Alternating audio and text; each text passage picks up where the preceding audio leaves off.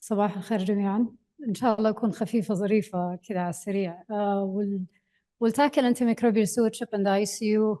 I think we've saw from our colleague Dr. Ali Amrani and Ghadir how the antimicrobials availability is challenging to treat our current crisis regarding antimicrobial resistance nowadays.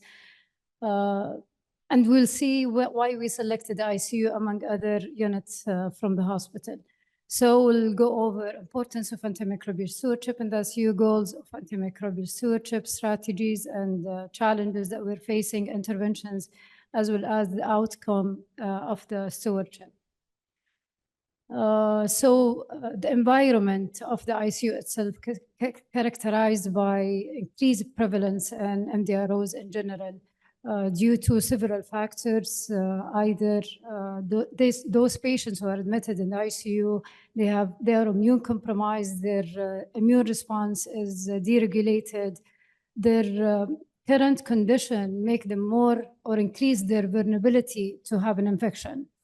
As well as they have multiple invasive procedures like intubation, mechanical ventilation, vascular access. Those increase the risk of having infection-related devices like CLABSI or VAP, as well as some drug administered to those ICU patients like neuromuscular blockers, stress ulcer medications, sedative medications. They decrease the reflux and increase the risk of having pneumonia. Several trials demonstrate that more than 30% who are admitted in the ICU acquired infection, hospital-acquired infection due to nosocomial pathogens. On the EPIC-1 and EPIC-2 trials demonstrate that increased the percentage of those admitted or those patients admitted in the ICU having more than 50% with the infection, mainly due to Enterobacterialis, around 60%, followed by Pseudomonas aeruginosa, then the others. Here, this is just illustrate. I took a snapshot towards Saudi Arabia that shows how we are doing regarding of CRE. It shows more prevalence, as we know, more prevalence carbapenem resistance with Pseudomonas comparison to Acinetobacter and other pathogens. So those increase or the threat crisis of MDROs, it's been known since like ever. However, the WHO predicts or estimated that increase on the death on the overcoming those decades to reach more than 300 million deaths by 2050. And several data that illustrated that in the US, more than 2 million deaths in current years, and it cost 28 million people are having multi-drug resistance infections, 35,000 deaths, and around 6,000 or up to $30,000 that cost to treat those infected with the MDROs. When it comes to the year of 2050, it will gonna increase the loss or economic loss up to $100 billion. So knowing that increasing crisis and those threats, and that makes us, we need to realize what can we do to mitigate or to combat those MDROs and increase the susceptibility of current antimicrobials. The major recommendation by CDC is to prevent infection, to prevent transmission, and diagnose and treat those infections, and be rational and vigilant with utilization of those available antimicrobials. So stewardship, as we said, it's not only about pharmacy or controlling those antimicrobials, is about collaboration among different specialties in the hospital. The most important things that need to collaborate with the infectious disease team is the infection control to prevent or decrease the transmission of C. diff or MRSA or other pathogens. continue monitor utilizing precautionary measures like hand hygiene or isolation. The rapid diagnostic test is as important as those prevention methods, like we need to know how to integrate those rapid diagnostic tests among our practice, and dedicate team to look into this results and make like implementation of the result to reflect and to impact on our patients. 4 basic principles when we're using antimicrobials that we need to consider all the time. When we use antimicrobials, either initiate a broad spectrum, empirical therapy, or we can hold in antimicrobials till we figure out the exact pathogen, or to rule out suspected infection versus non-suspected infections. Appropriateness, knowing the pathogen, predominant pathogen in your area in the ICU, and knowing the spectrum of activity antimicrobials that will help us to fighting those MDROs and select proper antimicrobials either for empiric therapy or definitive treatment. Adequacy, dose should be adequate, especially knowing that those physical changes in the ICU patients, volume of distribution, the kinetic, dynamic, organ failures. We need always to monitor those patients to make sure that we're using adequate antibiotic. Most of the trials, when they measure the concentration of beta-lactam, it shows that is less concentrated at the site of the infections with the ICU patients in comparison to other patients. However, there is no highly recommended to continue using beta-lactam concentration in comparison to those with the lower therapeutic windows like aminoglycosides or vancomycin. Duration, all we know by now that less duration is better than longer duration. If you treat longer duration, it will not gonna add any benefit, rather than it will gonna worsen the development of MDROs. So the main strategy to fight those antimicrobial resistance is use less antimicrobials. More than 60% of antimicrobials is used in the ICU setting. So strategy to reduce consumption is needed, starting from reducing initial or empiric antibiotic treatment. We know that mortality increase with septic shock rather than sepsis. There is no evidence that mortality increase with every hour with the sepsis. So maybe we can hold in the antimicrobials in case of sepsis till we investigate, till we identify the microorganism that cause infection. However, starting within less than 1 hour for those who are septic shock is necessary. The sepsis campaign, they advise to hold. I mean, they said it's okay. However, they advocate to use faster antimicrobial during the first hours. Limiting the broad spectrum antibiotic and targeted therapy. So limited carbapenem use and other than ESBL. Use non-anti-pseudomonal beta-lactam with a community-acquired infection that admitted in the ICU and where there is no risk of MDROs and no risk of pseudomonal. Use anti-pseudomonal like piperacillin tazobactam or cefepime with the patients who have only risk of pseudomonal rather than using carbapenems. Don't use ceftriaxone tazobactam, ceftazine tazobactam, and those who are susceptible with the other, like fluoroquinolones or with the other, use them only for when it's indicated and when you have high-risk patients for MDROs. Rapid identification is very crucial in our process to identify, to be able to use narrower spectrum of activity of pathogens and to identify. However, we're facing challenges with those measures, with those rapid diagnostic tests, or even with the microbiology. Some of them, they're using procalcitonin or C-reactive protein, not as an initiation because there is no evidence that it's differentiated between infectious versus non-infectious. However, it can be involved in your algorithm treatment to help you when you can stop the infections and the progress of your patients. Other modules to decrease consumption is using monotherapy versus combination therapy.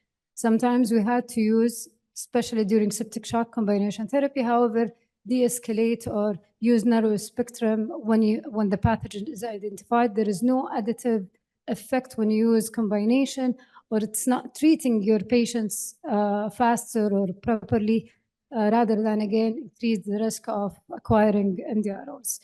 Optimize antibiotic dosing, use pharmacokinetic. If you can use the prolonged infusion for those patients, it's been demonstrated that their effects on the ICU setting decrease the mortality rate, reduce the duration, as we said.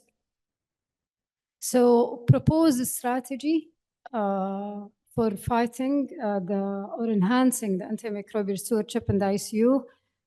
Comprehensive infection control need to be put in place. Know your specific pathogen in your unit, even in different ICUs, by knowing your antibiogram on an annual basis.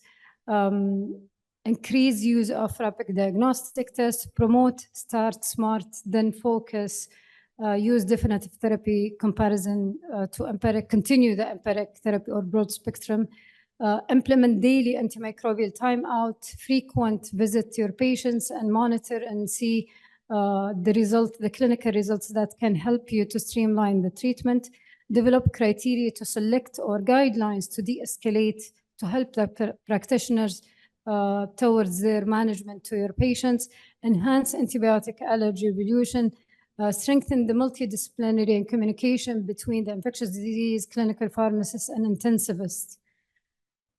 So this is like a diagram or a scheme that could help the intensivists to a framework how to go step by step from the day of suspected infection till the 7th day, which is most of the infections treated for 7 days. It will just gonna guide them what to do on those specific days.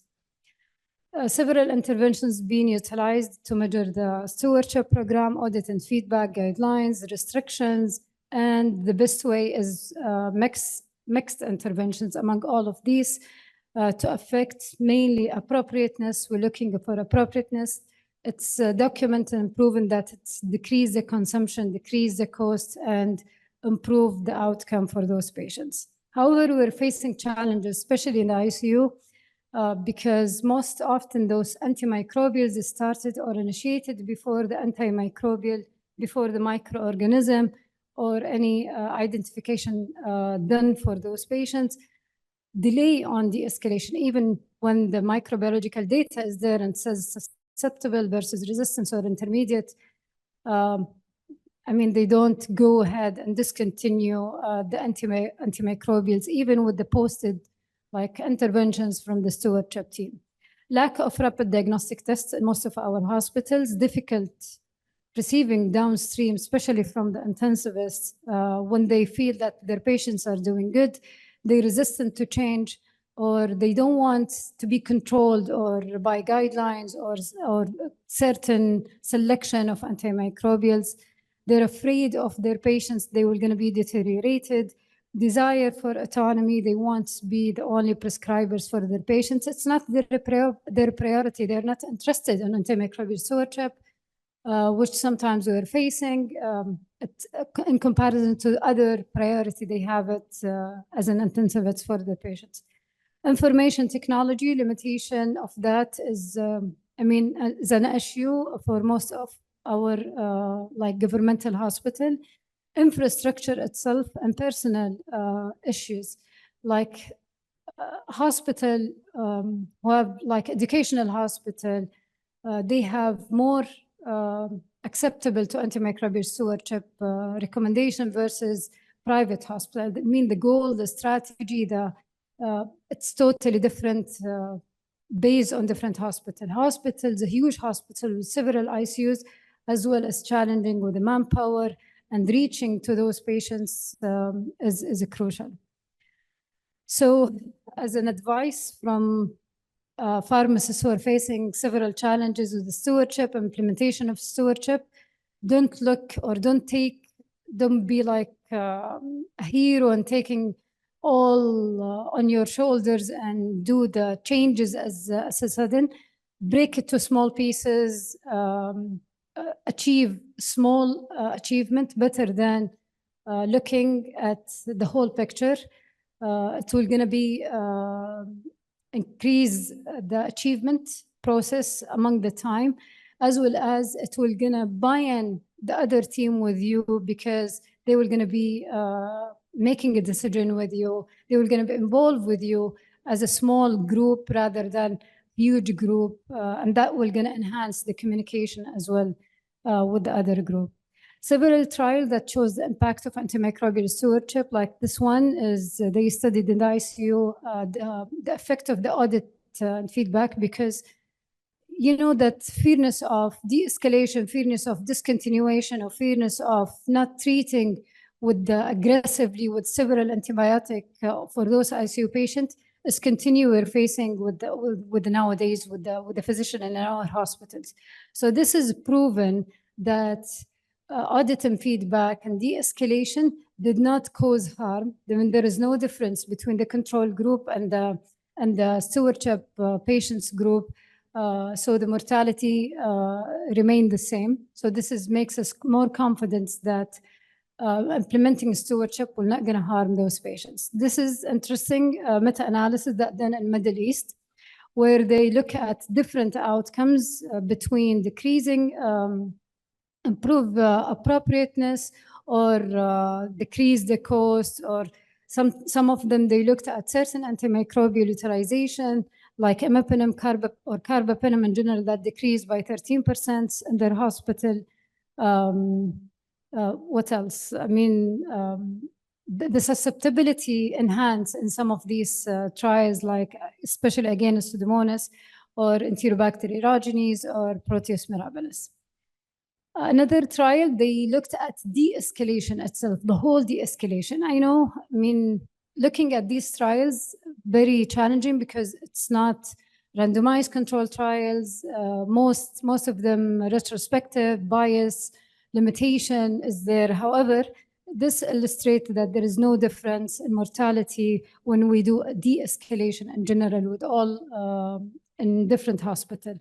Again, this is another one that shows how the antimicrobial stewardship decreased the cost, especially with multi-drug resistance, by 8,000 per life year gained. Selecting pressure is an issue. When we use one antimicrobial versus other, we cause further damage or further resistance to those susceptible pathogens. So visiting all the practice used recycling was, I mean, it could be helpful for those population with MDROs, but the challenge or the limitation that it's need very comprehensive team to review the protocols. There is no accurate data, or there is no knowledge about the duration, the frequency of recycling those antimicrobials to show some sort of effect on MDROs. This study, I mean, they've done in 2018, they've done cycling approach. However, they end up with there is no just decrease in consumption. However, there is no difference in ICU mortality, length of stay, or or demonstrate any effects on MDROs. Development of decision supporting tools, it's very important with the MDROs. Interesting trials, they collect risk factors with the Pseudomonas aeruginosa, and they grade it based on the importance and less importance to have, and they build it in their clinical decision supporting system to see how it can help them to identify those patients with pseudomonal infection versus other infections. They looked at several factors for MRSA, VRE, C. diff, and ESBL. The interesting that the risk factors, they're thinking about the carbapenem resistance enterobacterialis. However, I think this is a future trending, especially with the current artificial, we're moving towards artificial intelligence. As an infectious disease, we need to utilize this resource like smartly. So they're thinking about machine learning model developments where they utilize advanced machine learning algorithm to build predictive models for assessment of those risks that we've mentioned and propose recommendation or therapeutic recommendation, and train those models to have like based on the pattern of patient characteristic, the pathogen itself, the data on the system, to explore what kind of treatment need to be selected for those patients. Explore techniques such logistic regression, random foster neural network to develop robust predictive models. And the more thing that it's interesting that it can predict the risk factors that we never noticed or we never realized when they analyze those data among several patients. This can help us even more target therapy for those patients and use diagnostic tests properly, use all data properly to treat our patients. So in summary, antimicrobial stewardship program is very crucial and critical for our patients in ICU.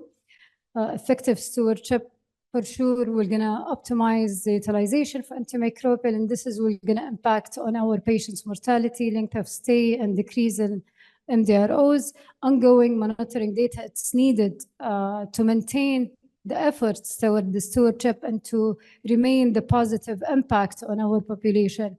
Multidisciplinary collaboration team is very crucial, important, especially with the ICU setting, to make different changes. As we said, like it's 5 times having infection more than others. So focusing on the ICU, it will gonna change your impact of the stewardship on your institution. Leveraging the AI powered and utilize it on a smart way. Thank you.